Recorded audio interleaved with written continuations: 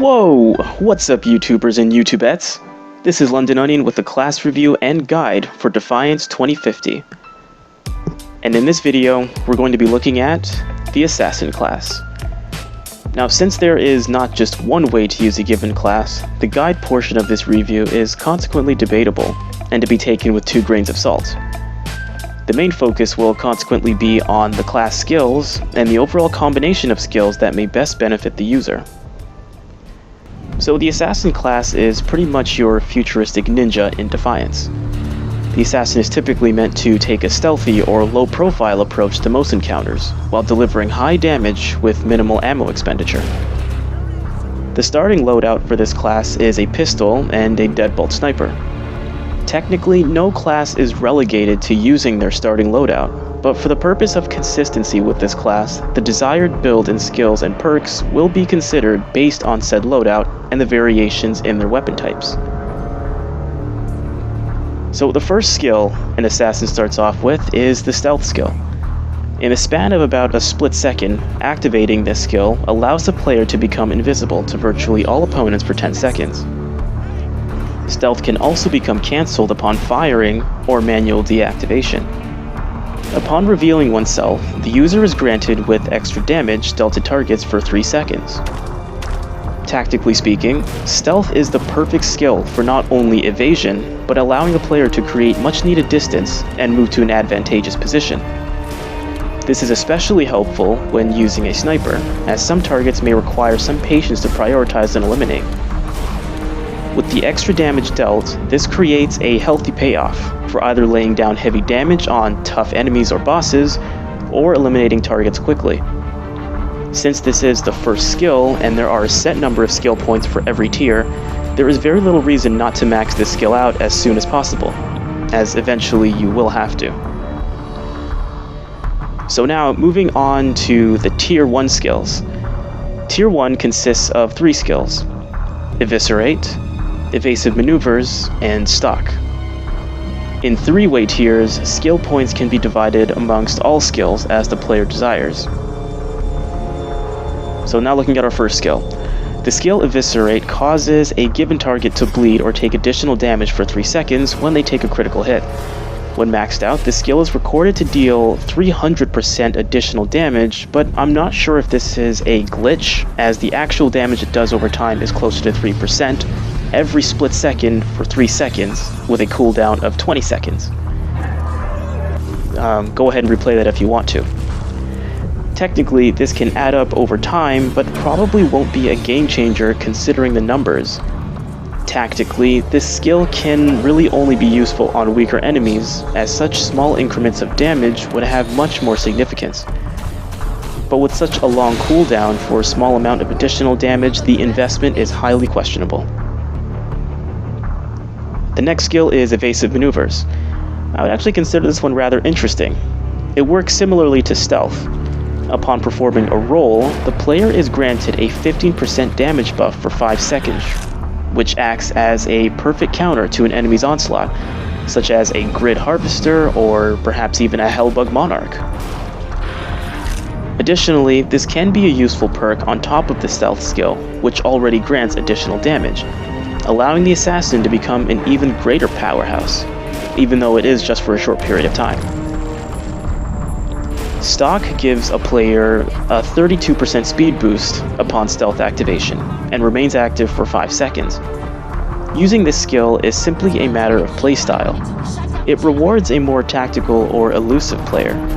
Personally, I wouldn't say the skill is bad, but not particularly enticing either, as adopting such a playstyle does little to make defeating enemies any easier. So given the 3 skills in Tier 1, I would say the greatest benefit goes to Evasive Maneuvers. Eviscerate was promising, but the very low damage makes it seem like an unnecessary investment. So for Tier 1, I would say Evasive Maneuvers. The next 2 skills an Assassin can invest in are Mark and Biotoxin. Mark increases the amount of damage enemies take by 20%. And this is applied from all sources for as long as the target is marked, which is for a maximum of 10 seconds. This is a very team-oriented skill, and in my opinion is consequently only useful in co-op missions or arc-fall bosses. The main shortcoming of this skill is that it only lasts 10 seconds. With such a short window, it is easy to miss a mere 20% increase in damage output. Additionally, there is either a range cap or it is possible to miss the intended target and consequently waste the mark skill. Tactically, this is best used against tough targets where there are not many distractions, otherwise the full potential of the skill is wasted. Biotoxin is a damage over time skill that lasts for 10 seconds. The beauty of this skill is that it has the ability to spread to nearby targets, provided that an infected target dies before their damage over time expires. As a small note, when the toxin spreads, the damage over time resets on the new target, causing them to endure a full 10 seconds of damage. This skill is absolutely perfect for crowds, but is mostly effective against weaker enemies. The only incentive to use it against tougher enemies is to prevent shield regeneration. The 40-second cooldown of Biotoxin may feel a bit lengthy, but as an assassin with the stealth ability, crowds should be making up a minority of one's encounters. Between the two skills, I would say Biotoxin is much more reliable and acts as an augmented version of Eviscerate, without the need for a critical hit. On a minor note, for Biotoxin to be most effective, an assassin should aim to hit as many targets as possible before skill activation diminishes, to ensure the spread of damage over time. So I would say the clear winner, Biotoxin. In Tier 2, we have Sniper Recovery, Pistol and Power, and Hunt. Sniper Recovery simply allows a 25% increase in sniper recoil. For a perk, this does not seem like an appropriate investment. There are already mods created for this purpose, and some snipers already come with this bonus. I haven't found recoil to be much of an issue after all. Pistol and Power buffs pistols to have a 15% increase in damage output at closer range. Given that pistols will typically be an assassin's go-to when fighting in close quarters, having a decent boost seems appropriate. Add this in with evasive maneuvers and stealth reveal, the pistol can become quite deadly up close, not including whatever modifications a player may install. Hunt provides a 50% increase in reload speed, provided that one makes a critical kill, but is also accompanied by a 20-second cooldown. Just like Sniper Recovery, this has never struck me as an appropriate perk, or one that has a significant effect on performance. I would say the clear choice is Pistol and Power. For Tier 3, the next three skills are a bit interesting. We have Scoundrel, Devastation, and Execute. Scoundrel increases damage output by a maximum of 25% when one attacks from behind. There are limited enemies that have critical points at the back, not to mention that once an assassin reveals themselves, all enemies are aware of their position. The only time this perk has much incentive is with tough enemies. Otherwise, one must rely on distractions from allies and other enemies, or use their stealth to maximize damage output. Again, this is one of those perks that rewards a more evasive and tactical player, but its use is severely limited. Devastation provides the potential to stun enemies for 3 seconds upon a critical hit. This perk would be extremely useful against arc-fall bosses, co-op bosses, and virtually every tough enemy in the game. The severe downfall stems from the 15% chance of actually stunning an enemy, which also comes with a 20-second cooldown. Execute increases the amount of damage taken by enemies by 40%, provided they are below 30% health. For most weak enemies, this perk does not make a significant difference, as their health can be diminished in seconds. This perk, however, shines most in the face of tough enemies and bosses who can sit below 30% health for much longer periods of time. Having a 40% damage boost on a hard-hitting sniper can provide a significant helping to killing virtually anything that requires extensive effort. Depending on one's style of play, Scoundrel or Execute are worthy choices. one can split between the two if they so choose, as both are niche perks and require specific circumstances. As a matter of preference, I would invest in Execute. Now, the final junction lies with Hidden Blade and Big Bang. Hidden Blade provides the assassin with, well, a blade for melee purposes. The damage on the blade is high, making the defeat of weak enemies an easy feat.